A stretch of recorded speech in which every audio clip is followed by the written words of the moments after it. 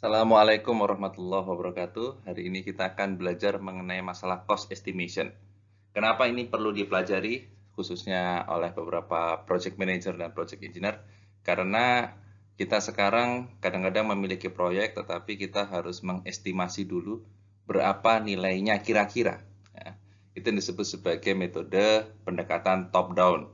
Jadi dari atas kita sudah mengetahui berapa kira-kira yang harus kita buat nih proposal nih gitu ya, sehingga nanti pada saat proposal itu selesai kita bisa mengira-ngira apakah kira-kira proposal ini mahal atau murah atau ya in between lah gitu ya. Nah, maka hal yang pertama yang harus kita lakukan adalah kita mempelajari cost estimation ya secara singkat. Jadi di sini kita akan mempelajari sebentar. Yang pertama yang akan kita pelajari adalah kita memiliki reference dari dua buku. Yang pertama adalah Plan, Design, and Economic for Chemical Engineering by Laus Timmerhouse and Max Peters. Ya. Yang kebetulan yang saya punya yang edisi 4. Ya. Nggak tahu mungkin ada edisi-edisi berikutnya. Tapi kurang lebihnya sama. Kemudian buku yang kedua, Product and Process Design Principle oleh Baron D. Seider ya, dan Daniel Lewin. Ini kita ada yang second edition. Dua buku ini sangat penting karena yang buku pertama ini nanti juga akan banyak berbicara mengenai bagaimana metode untuk pendekatan di dalam rangka mencari nilai proyek terkait dengan main equipment. Jadi basisnya dari main equipment, ke bawahnya seperti apa komposisinya. Kemudian di buku kedua juga sama, tetapi di sini juga lebih menekankan juga kepada desainnya juga. Ya. Maka kita racik keduanya ini menjadi dua hal yang sangat penting yang kita akan pakai di dalam slide ini. Oke?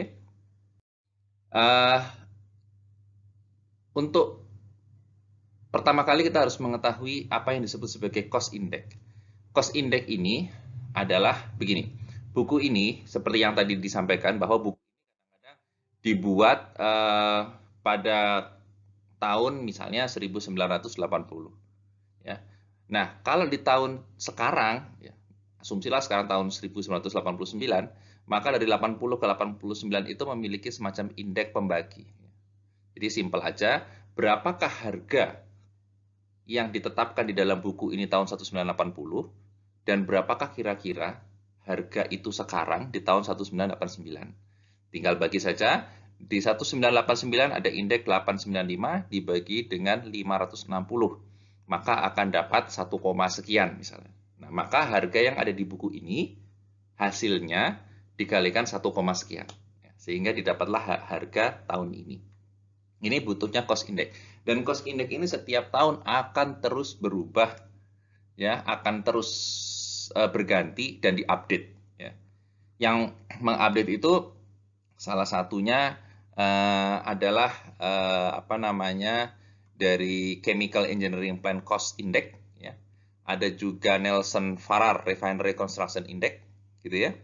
Ada juga Engineering News Record Construction Index dan Marshall and Swift Index. Jadi semuanya melakukan updating, ya. Updating, mereka masing-masing memiliki indeks. Ya. Kurang lebihnya, kalau nanti kita keterkaitan dengan main equipment dan instalasi, kita akan lebih masuk ke Marshall and Swift. Engineering News Record juga ada, tetapi biasanya tidak terlalu populer, ini terkait dengan construction-nya. Kemudian Nelson Farrar, ini terkait dengan refinery. Jadi orang-orang refinery rata-rata menggunakan Nelson Farrar. Ya, termasuk untuk melihat risiko atau besar atau kompleksitas dari sebuah refinery, itu juga dilihat dari Nelson Farrar. Kemudian Chemical Engineering Plan Cost Index, ini yang rata-rata dipakai juga di dalam buku kita ini. Ya, Chemical Engineering Plan Cost Index. Oke. Jadi itu. Nah, kemudian di sini ada ini sebagai contoh saja ya tadi ya. Cost Index based on Chemical Engineering Index. Ya, Chemical Engineering Plan Cost Index. Jadi seperti ini. Jadi buku 1 memiliki cost index 356 karena buku 1 ini diproduksi tahun 1990. Sehingga kalau pada saat ini saya buat, presentasi ini saya buat 13 tahun yang lalu, tahun 2007, cost index-nya adalah 470. Ya, sehingga di sini kita bisa menggunakan faktor 470 dan 356. Oke? Tinggal dibagi saja, 470 dibagi 356, 1, sekian, itu yang dikalikan harga yang kita dapatkan dari formula yang dihasilkan oleh buku ini. Ya, gampang, insya Allah. Nah, di situ kita sampai di cost index, mudah-mudahan berguna. Nanti kita selanjutnya akan masuk di dalam overall cost, ya, rule of thumb.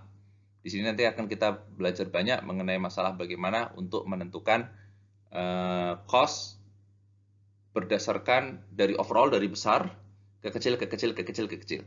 Atau juga bisa juga dari menentukan equipment. Equipmentnya apa? Kompresor misalnya.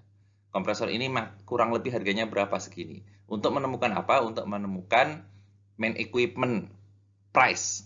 Setelah kita dapatkan main equipment price, kita akan bisa menghitung EPC price-nya. Insya Allah kapan-kapan. Assalamualaikum warahmatullahi wabarakatuh.